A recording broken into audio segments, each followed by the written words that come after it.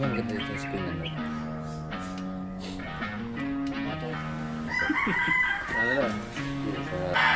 Pang ano, pang marin man, 6 na yun sa'yo. Ah. Yun yung ganito lang. Hindi mo na kailangan nilak. Ito para sana service drone dito sa San Fernando.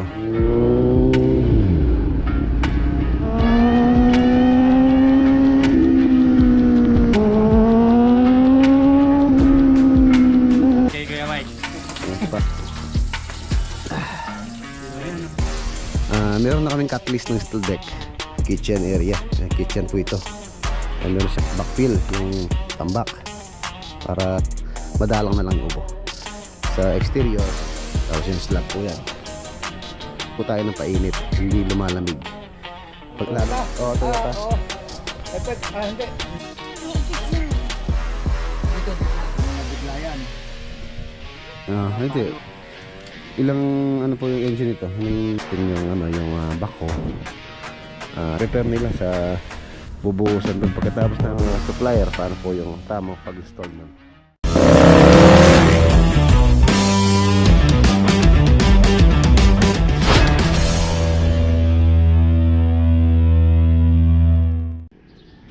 Good morning. Mga boss, another day, another build. Monday po tayo ngayon, February 23. Maraming salamat po pala sa mga concern dun sa aking kalusugan. Yan, medyo okay na po tayo ngayon. Pero ano pa rin, kung mapansin nyo, yung boses ko parang ano pa rin, paos. Dahil nga po sa ubo tsaka sipon. Yan. For today's video mga boss, baka magpunta tayo ng Bulacan project. Tingnan natin. Yan, tapos pupunta dito sina Black Shadow. Kukunin nila itong isang kolong. Maraming salamat po pala kay Tatay Fernando Arce sa ano niyo po, sa dito sa inyong paalala po. Nandito na si Apo Master tsaka si Bayaw. Itong kukunin nila, isang kolong na to. Time check, mag-aalas 6 pa lang ng umaga. Paano pa lang, paliwanag.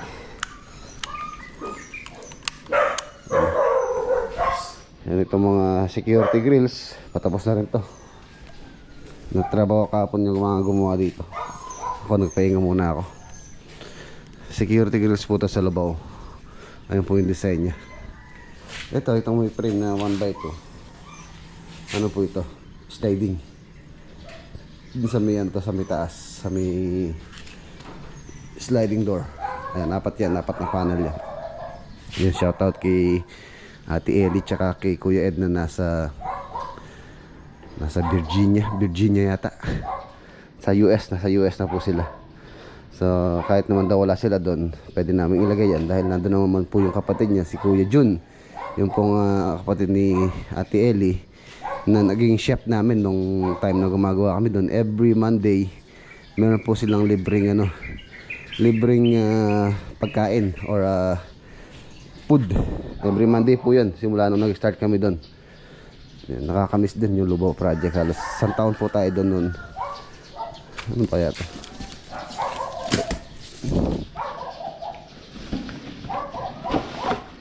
Ano ito?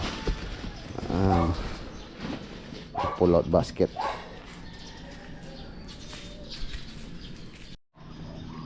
Good morning. Aga ng ating mga bisita. Ito, pare, ito yung mga kolong. Medyo mahina lang yung Flooring. ano niya, yung spring tingnan mo. Ang ganda dito yung spring ng notebook. Spring ng notebook.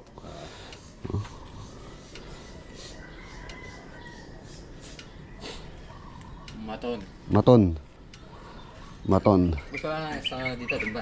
Timba, drum, ayun, may drum. Gagalaw yata kayo. Gagalaw yata yung putres na, Dami. Bushing. Bushing. Isang putres pare. Wapin. Kaya rin, bushing na rin. Hindi, ayaw makatornilyo tumakaya nga yan. Ito rin yung kinanap. Loan niya mo.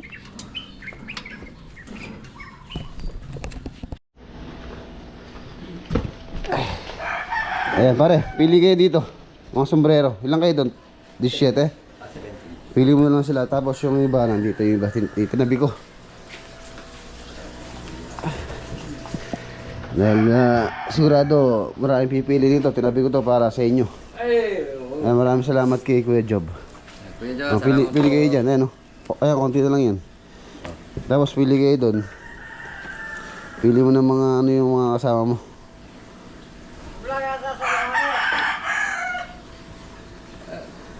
Ala!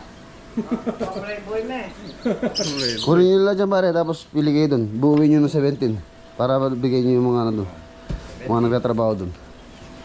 Ayan, yung pong mga iba kahapon, nagsidatingan yung mga ibang tropa dito. Kaya konti na lang din yung sombrero. Ang dami-dami niyan na nakuha na yung mga iba. Kaya mga t-shirt. Sino pong... Camouflage, so. Yung pang orange, kitang-kita kahit sa dilim. Ano? Sa... Yun? 8. Oo. Bagay mo. Matuling. Hindi ba? Baka matuling.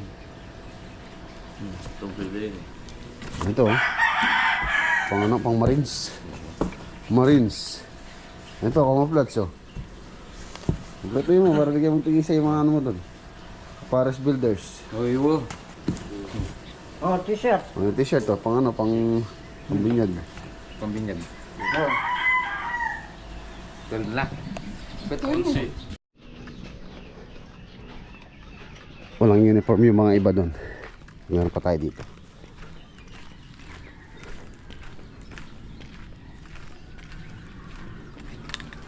Oh, forma no. Ano na lang ba mo distribute sa kanila yung mga walang uniform. Baka naman 6 na yun sa'yo. Yung ganito lang. Ito dalawa. Hindi mo gatong kaya. Siyempre, muna lang ka eh. Oo, muna lang yung mga ano, mga official. Engineer at saka ano, architect. Maghihinay ako dyan. Para-pareho la rin. Tapos lang matatagol. Para-pareho la size din. Mabibigyan na si Sino mo may large, tsaka si father. Sini, no? XL. Si Jer, saka si Carlo, si Bural. Ano pa? Wala na. Yung si Archie. Hindi ito na mag-labs yung mga Excel yung ano. Ayan, okay na mga boss.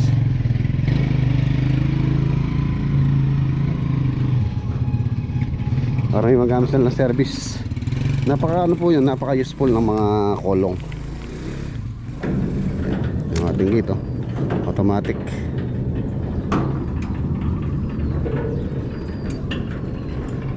Automatic.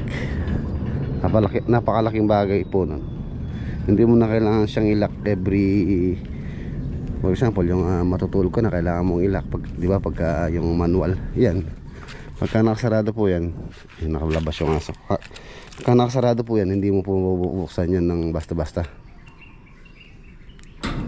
Yan yung aso, di ba, hindi mo na kailangan ilak. Magandahan nun pag for example nasasakyan ka, hindi mo na kailangan bumaba, malayo ka pa lang pwede mo nang buksan, lalo na pagka tag-ulan, pagka umuulan. Ayan, tapos pala mga boss yung ano, yung pong itong owner type jeep sold na. Ayan, sold na siya. Binili ko po ito ngayon, siya pala lang nag-aulis. Binili ko po itong owner na to para sana service ng mga yung mga tropa sa site, job site. Ang problema, hindi po sila marunong mag-drive ng 4 wheels. Ayan o, hindi sila marunong mag-drive ng 4 wheels. Tsaka isa pa sa reason, ano siya, mas malakas siyang kumain ng gas kumpara sa kolong na service. Yung fuel efficiency niya mas tipid po siyempre yung kolong, dahil nga motor lang yun. Kaya ko na siya binebenta, dahil tulad ngayon hindi man siya nagagamit. Pero kung kolong yan sa site, gamitin. Tapos sa pagka-parking, medyo malaki ding space nung owner kaysa sa tricycle or sa kolong. So ang pagbebentahan ko nito or yung pera na makukuha natin dito, mag-i-invest ulit ako ng kolong. Ayan. Ang every project kasi mga boss, dapat meron tayong kolong na ginagamit nila pang service. Tulad sa Bulacan, meron doon. Dito sa San Fernando, actually dyan wala eh. San Fernando, ilan ba yung kolong ko na? Isa, dalawa, tatlo na po yung kolong kong nakalabas ngayon. Isa sa Arayat, isa sa Bulacan. Tapos yun nga, yung kinuha nila Black sa naman sa Bacod Project sa Nueva Ecija. So kukuha pa ako ng isa. Titingnan ko ng magandang klaseng motor na branded para mas matibay, mas malakas sumatak, mas tatagal. Binabala ko sana Kawasaki Barako na 175 yun, ano po yun, subok na yun sa mga kargahan. Tapos branded Kawasaki. Yan, para meron tayong mga service sa job site.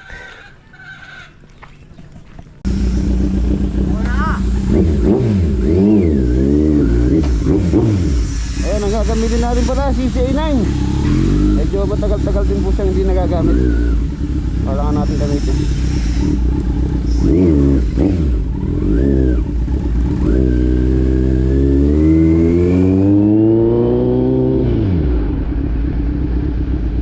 Walang gasolina.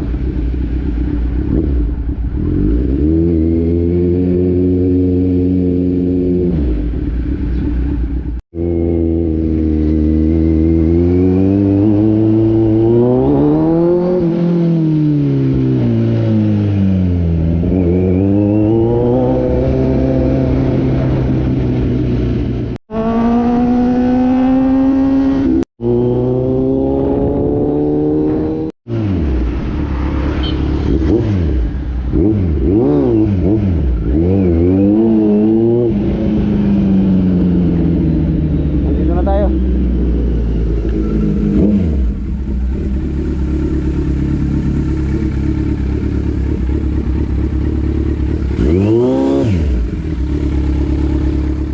Ano kasi, tumataba ka na no? Yung mga boss, nandito na tayo. Ayan no? Shoutout mo muna si ano. Uy, si Bayaw. Si Paring Mike. Kay Kuya Mike. Si Paring Mike. Bayaw po ni, ano to, si Paring Mike. Kapatid niya si Paring April. Ikaw, Damulag. Shoutout mo muna nanay mo, anak ni Janice. Ikaw ang chef ngayon, Iwata. Ikaw ang chef ngayon. Sally boy. Si, ano pala yung chef ngayon, si Diwata. Kaya pa ito ninyo. Anong ulam natin? Dito. Anong bibili mo? Ayan si RQ. Bili ka merienda. Ito, pasal yung merienda tama. Oo, bili ka merienda. Ano yan, paramdam mo. Paramdam ka muna. Hintay ka talaga niyan. Batalan ba kaya? Nasa lang tayong merienda. Haligang kay. Dito kabilis na po. Hamburger. Hamburger pingin sa liwano. Salin na kamo ngayon kay. Malambat pa ita. Ay mga boss, update tayo dito sa project dito. Medyo matagal po yung yung proseso ng pagka ganito yung nauuna structural. Tsaka tawag dito. Konti lang kasing gumagawa rito. Tulad ngayon, dalawa yung absent ko. So syempre pagka may absent, production medyo babagal. Yung dalawang skill pa naman yung absent. So meron naman sila reason, meron silang nilakad. So yun na mga boss, structural. Ito dito may canopy rito. Merong shade dito, meron siyang dito, pinaka porch. Ito po kasi yung main door kung hindi ko nagkakamali dito. Yung canopy nakasabay na po sa mga beam yung canopy. Yung canopy yun kasi yung pong ating mga boss, yung pong ating gagamitin dito is AAC block. So wala siyang kakapitan sa AAC. Hindi po siya tawag dito matibay kung sa AAC block natin ikakapit yung canopy. Kaya kailangan pagka AAC block yung gagamitin, dapat yung may canopy meron din siyang kakapitan na beam. Kaya yun na, naka ready na yan yung mga canopy niya. Tapos ito, dito pala sa area na ito mga boss, living area po ito. High ceiling yan. Alas siguro nasa mataas din ceiling dito, yung ganda dito roof hanggang doon pa yata. Tapos yung loft yun, yung buhos po yan, bubuhusan namin yan hanggang doon sa area na yon. Sa competition ko nung last time na pagpunta ko rito, nasa 116 yata yung bubuhusan namin na slab, 116 square meter. So yan, tapos steel deck po yung gagamitin namin. Meron na kaming cut list ng steel deck. So ayos ko na, pinapasikaso ko na kay Bayo, baka tomorrow mai-deliver na rito yung steel decking para makapaglatag na sila ng steel deck. Ano, pinoporma na nila yung mga beam. Tapos ito pala yung ano mga boss, sunken po ito. Nakalubog siya ng 0.70.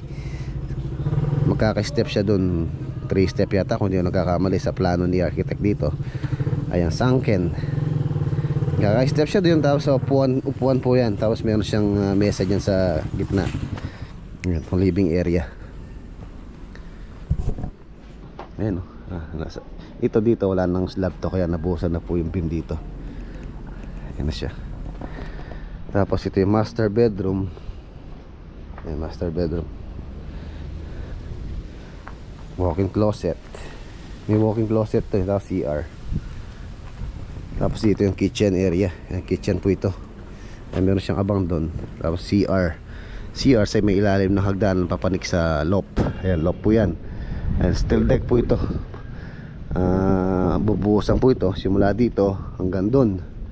Ayan, ito magiging parang balcony sa taas to. Tsaka hanggang dito, hanggang doon. Kaya maluwang po yung bubuhusan dito. So,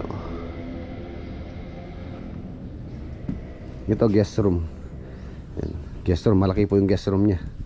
Tapos meron siyang CR doon. Yan na siya. Baka this week makapag-prepare ng ano dito, mga slab. Tingnan natin kung may schedule mabuhusan. Ayan. Tapos mahuhuli po yung ano namin dito mga boss, yung pong slab on grade. Medyo mataas po kasi yung tambak dito, kaya gusto ko makompact mabuti yung backfill, yung tambak, para sigurado yung hindi magsisink yung ating tambak. Pinapatubigan ko sa kanila para talagang compact. Tapos meron tayong compactor na ginagamit dito. Plate compactor ang tawag dito sa ganitong compactor. Plate compactor. Ayan. AAC block. May kausap na rin po ako sa AAC block. So pagka okay na yung structure, pagka preparado na, doon ko pa ocular para ma-estimate ng mabuti yung gagamitin natin. Bali gagamitin namin yan dito, yung AAC block. Ang size yata na available nila is 4, 6, 4, tsaka 6. Wala po yatang 5 or 5 inches. So malamang sa mga CR partition is number 4. Tapos outside sa exterior excuse me po medyo sumpong po tayo pa madalang na lang yung ubo. Sa exterior number 6 na AAC. Ayan. Tapos pagka nag-ocular daw sila, i-schedule nila yung paano gamitin yung AAC block sa atin para maano din natin, anong tawag dito, ma-future din natin sa vlog yung paglalagay ng AAC block, tsaka yung comparison sa CHB tsaka sa AAC kung saan po tayo makakatipid. So ipapaliwanag sa atin ng supplier natin kung saan tayo makakamura. Ang AAC block pala na contact ko or supplier na magsusupply sa atin is Starken AAC block. Ayan, Starken po. Tapos ito na yung garage. Yung garage yan, meron siyang magkaka-step down siya doon, 3 step, 4 step yata kung di ko nagkakamali doon. Yun, service area yun eh. Yung area na yun, service area po yun. Step down, garage na yun, garahe. Tapos yung slab po yan. Tapos dito pala sa gilid dito, total ito ano naman yan, garage naman yan, di naman po parte ng pinaka main house. Yan, pinaka main house lang yung gagamitan natin ng AAC. Ang AAC block mga boss, ang kagandahan po niya, ano siya, fireproof, heat resistant yata yun, na ibig sabihin na kung mainit sa labas, o for example tirik na tirik yung araw, yung reflect nung sun sa exterior, sigurado po napakainit niyan. So hindi siya tatagos sa kabila kumpara sa hollow blocks. For example, yung hollow blocks yun, pagka mainit na mainit, syempre mainit yung CHB dyan, tatagos sa for example kwarto yan, mararamdaman mo yung init sa loob. So yung AAC, kagandahan nun, hindi po siya tumatagos. Ayan, hindi tumatagos yung init. Dito po sa Pilipinas mga boss, hindi po palamig. Hindi palamig, painit po tayo ng painit, hindi lumalamig. Lalo na pagka summer time. Ayan, mainit talaga. So pagka AAC block ang ginamit, so makakalesan tayo sa paggamit ng air condition. So pagka may aircon, kasi for example may aircon tayo nilagay dyan, syempre yung aircon nasa ano yun, nasa for example sinet natin siya ng 22 to 21 yung lamig niya. So pagka tumaas yung init sa loob, naging 22, under yung ating aircon hanggang ma-meet niya yung 20 to 21 na sinet natin, doon pa lang titigil yung kanyang compressor. Pero kung talagang mainit, so walang tigil yung ating compressor na nagpapalamig. Ayan, kaya mas advantage siguro yung AAC sa traditional na CHB. So nagpapagawa naman po yung kung anong gusto nila, kung traditional CHB na gagamitin natin sa kanilang trim house or AAC block. Marami pong mga materials na bago na ngayon. Hindi lang AAC block, may mga may mga iba-ibang pang wall. Ayan na siya mga boss. Still ongoing po yung kanilang pag-ano. Dito pwede na mabuhusan yung beam dito, dahil di naman na islaban yan.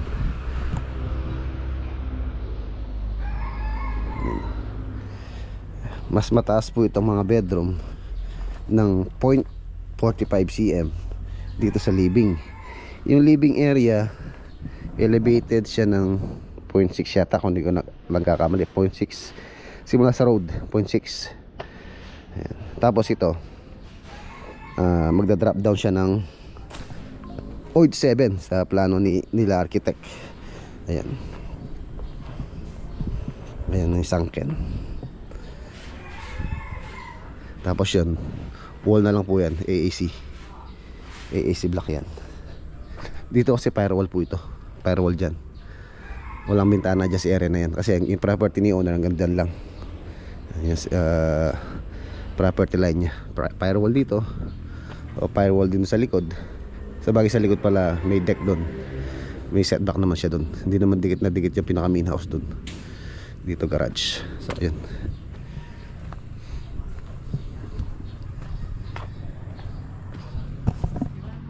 ayan na siya. Yun dito, ano na to, ito na yung pinaka asintan lang yata ng 3 patong dito. So yun na yung pinaka roof nya, slope nya. Tapos ito aangat pa yan, magiging high ceiling po dyan sa area na yan.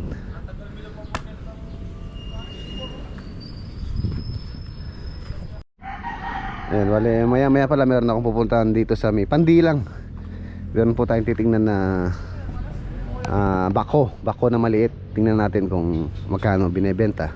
Meron po kasi nakita sa marketplace na bako maliit.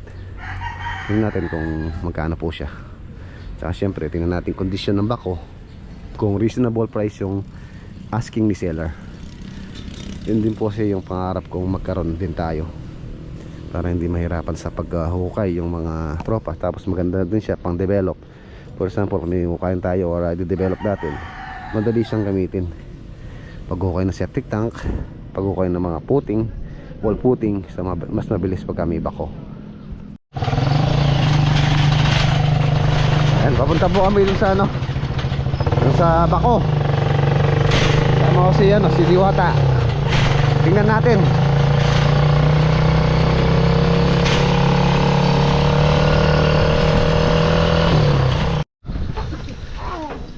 Nissan. Ito. Kasya sa tama raw ko to, no? Tani. Yan, alis dyan. Oo, naalis yung bubong niyan eh. Naka-open naman po yung camera. Open yung likod. Yung tama raw pong bago ngayon, yung ano? Yung drop side. Parang Toyota? Oh, Toyota. Oo. FX, hindi FX. Ano ba tawag? Hilux. Hilux. Yan, pasok doon. May video ko niyan, boss eh. Ay, yung sinare mo sa akin, no? Ayun. Dito yun, yung inaano niya, no? Taga-online ako. Konsyal ng Panginoy yung konto dito eh. Tagalin mo yung lola, anak.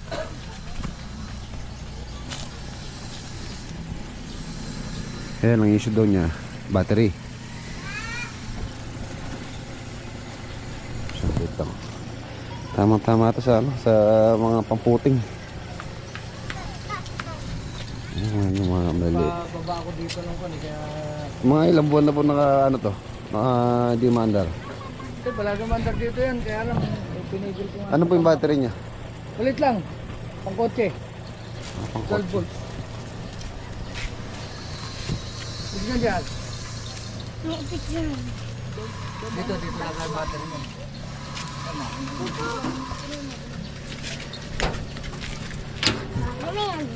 Ulit ka dyan.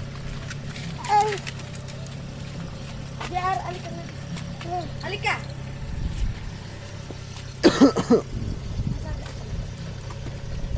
Nissan po yung ano nito? Nissan. Ano yung gas niya? Diesel. Diesel engine. Itong ganito kaya may nabibili naman dito. Oo. Ayan po yung bako. Sakto, maliit lang po siya. Kasyang-kasya dun sa service nating Tamaraw. Sige, yari. Galing Japan po ito kuya, no? Import diesel engine. Yun. Ay, lock. Yun, may sikreto pala. Sabi. Meron pa libreng talong. Libre po yung talong na yun. Nagtatanim-tanim kami. Ilan po yung sukat yung bucket niya?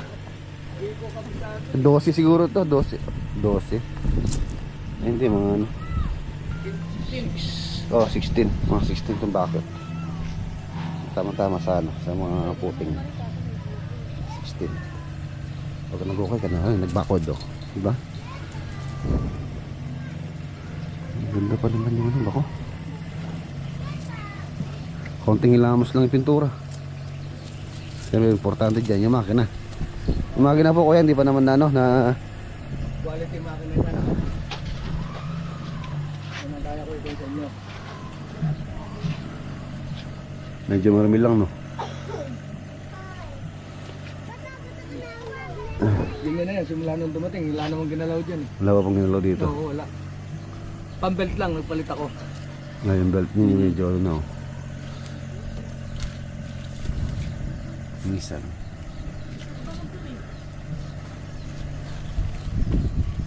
Ano, Diwata? Kunin natin. Ayos po, kunin. Alam mong drive to? Mabilis konti sa kulong to. Hindi, madali ng pag-aralan, di ba?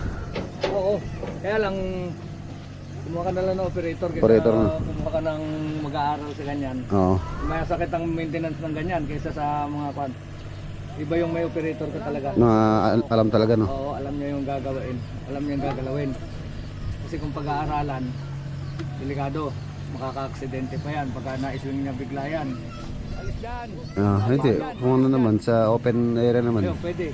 Kung practice sila, pwede. Yung sa bukid, mga ganun. Kaya naman nito, matipid. Tipid po sa diesel. Ilang ano po yung engine nito? Ilang liter? 2.4 ganun? O 2.0 lang yata ito. 2.0? Oo, 2.0 lang.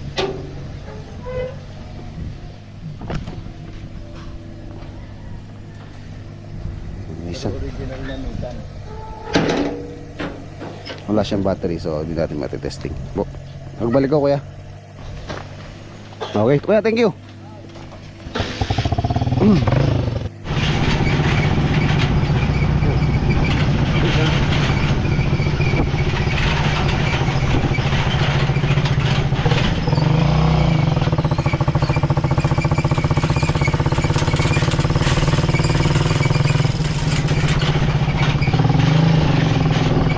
Dito na tayo.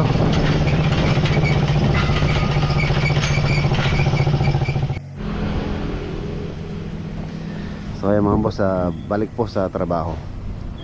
Bale yung ano pala, yung panambako na pinuntahan natin, asking nung seller doon, yung pong kausap natin, yung pong kausap ko kanina, si kuya, ang asking po nila is 250,000. So sabi ko, hindi ba kayang 200? So hindi daw, hanggang ano lang daw siya, hanggang 230,000 mga boss. Ayan na, i-comment nyo po sa baba kung okay po ba yung presyo na yon sa 230,000 sa kondisyon nung loader ng excavator or bako. Ayan, comment nyo po kung maganda po ba yung aking kung sakaling pag-i-invest tayo. Medyo malaki-laki din yung 230,000. Sa bagay, hindi pa naman natin natetesting yung yung bako. Dahil nga sa nawala daw yung battery, ninakaw daw sabi nila. So pagbalik ko, magdadala ako ng battery para matesting. So i-comment nyo po sa baba kung reasonable ba yung presyo. Ayun po mga nakakaalam sa mga excavator. Wala po akong alam dyan sa mga ganyang heavy equipment. Ayan, 230,000 yung asking niya. Maya po, start tayo. Nag-ano lang ako para hindi masyado mainit. Siguro after, pagkatapos ng break time ng 3, babiyahin na tayo pa uwi. Ayan, still ongoing yung pag-ano nila, pag-prepare nila sa bubuhusan doon. Pagkatapos namin magbuhos ng slab, prepare ko naman habang merong nag-continue ng CHV rito sa taas. Ay, CHV pala, CHV to, yung column, tapos yung roof beam. Ayan. Tapos para may schedule yung pong ocular visit ng ating supplier ng AAC block, para ko rin po ma-future natin sa vlog yung paano install yung AAC. Although marami na rin po akong napapanood sa YouTube na paano pag-install nun. Siyempre para po makita natin ang actual, ituturo po sa atin ng mga supplier paano po yung tamang pag-install nun. So abangan nyo po yun. Ito yung pinakagarahe. Kung mapansin nyo, mataas po yung beam nya. Mataas po rito, gawa ng elevated cross yan. Pantay-pantay po yung beam nyan. Yan, pantay-pantay yan. Parang kailan lang nung may start tayo dito. May start po kami dito November 24 yata, kung hindi ako nagkakamali. November, December, January, February. So 3 months na halos. Ganito pa lang siya, 3 months. Pero kung ano lang to mga boss, kung CHB lang yan, malamang ano na yan, may partition na yan. Tapos nag-roof beam na tayo.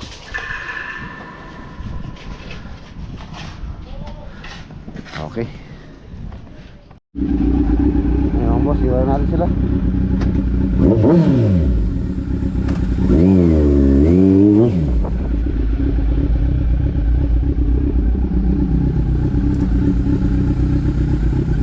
Let's go. Medyo malamig naman na ng konti. Hindi katulad kanina, tanghaling tapat. Ayan mga boss, malapit nang matapos ang structural